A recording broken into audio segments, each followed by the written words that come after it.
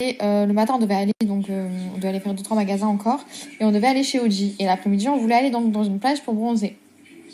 Mais pour ça, il fallait se lever. Ah ouais, c'est le feu d'artifice là, wesh.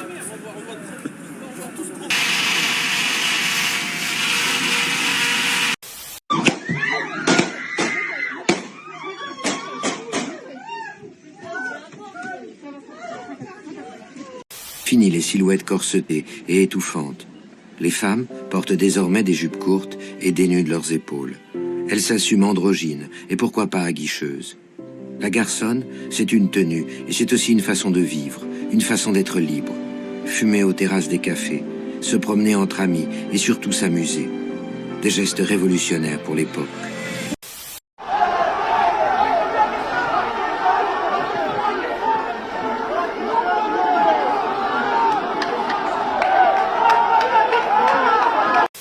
Il n'y a absolument rien d'audacieux et de surprenant à être féministe et anti-immigration. Ben ouais, logique. Cela tient de la logique la plus élémentaire, voire même de la survie élémentaire.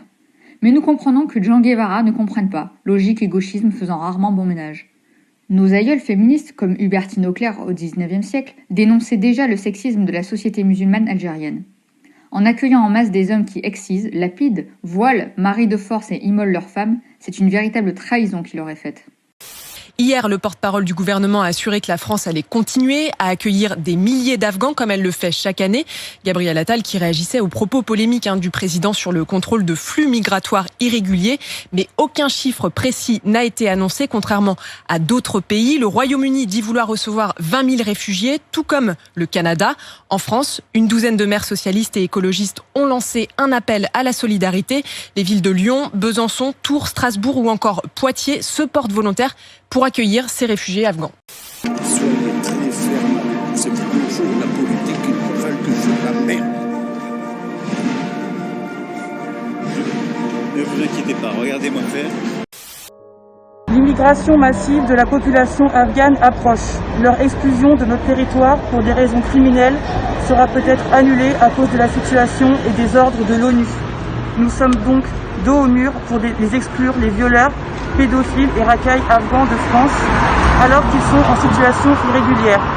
Les premières victimes seront les femmes, car la différence de vision des femmes entre les Afghans et Français a déjà des répercussions gravissimes aujourd'hui. Nous avons souhaité rendre hommage à toutes nos mères, sœurs et filles agressées en Europe par les migrants afghans. Refuser la culpabilisation des Français pour accueillir encore des hommes dangereux, un peuple en majorité pour la charia ou la lapidation, ne deviendra pas une chance pour la France. Un peuple qui met les femmes violées en prison pour adultère n'est pas un enrichissement.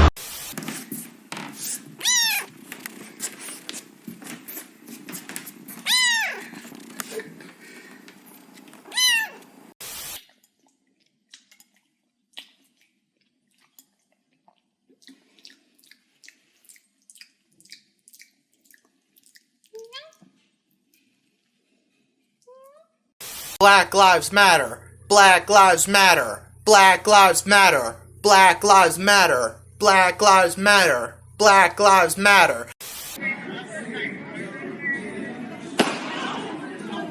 Oh my God, oh my God, oh my God, get in, get in, get in, get in. That is amazing.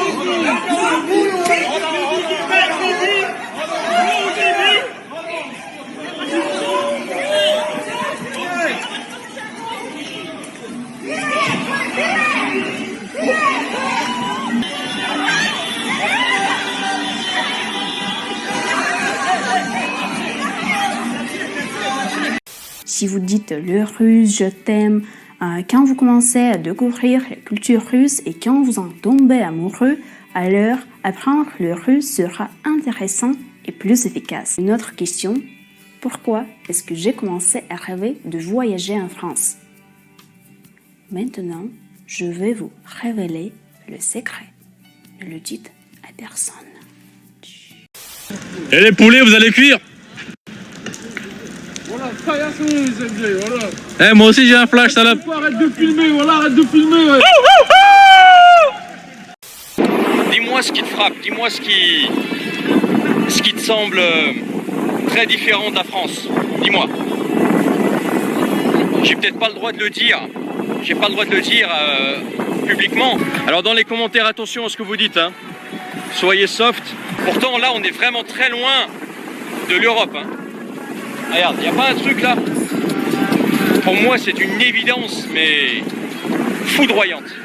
Beaucoup trop de minorités dans mon parc aquatique. Je me définis comme un patriote français. Patriote français, qu'est-ce que ça veut dire? Ça veut dire qu'être français, c'est ni une couleur de peau, ni un sexe, ni une religion. C'est le fait d'adhérer à des valeurs.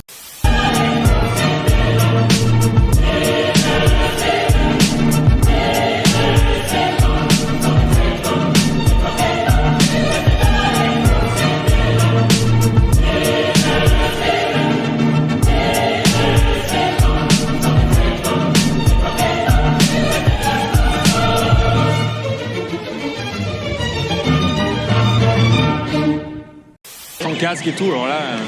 Non, je vais pas contrôler, ça sert à rien. Non, mais je sais. Si on fait l'interpellation, ça va dégénérer. Des jeunes à scooter sans casque, jusque-là, rien de méchant. Changement d'ambiance. Des jeunes commencent à lancer des bouteilles et des pavés sur les forces de l'ordre.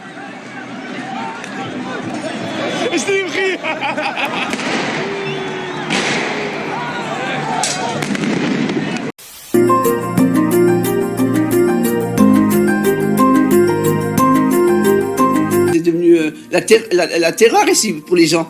Il y a encore d'autres enfants qui vont mourir. C'est pas fini. C'est un enfant qui avait envie de vivre, comme tout le monde. Et eux, ils me l'ont tué.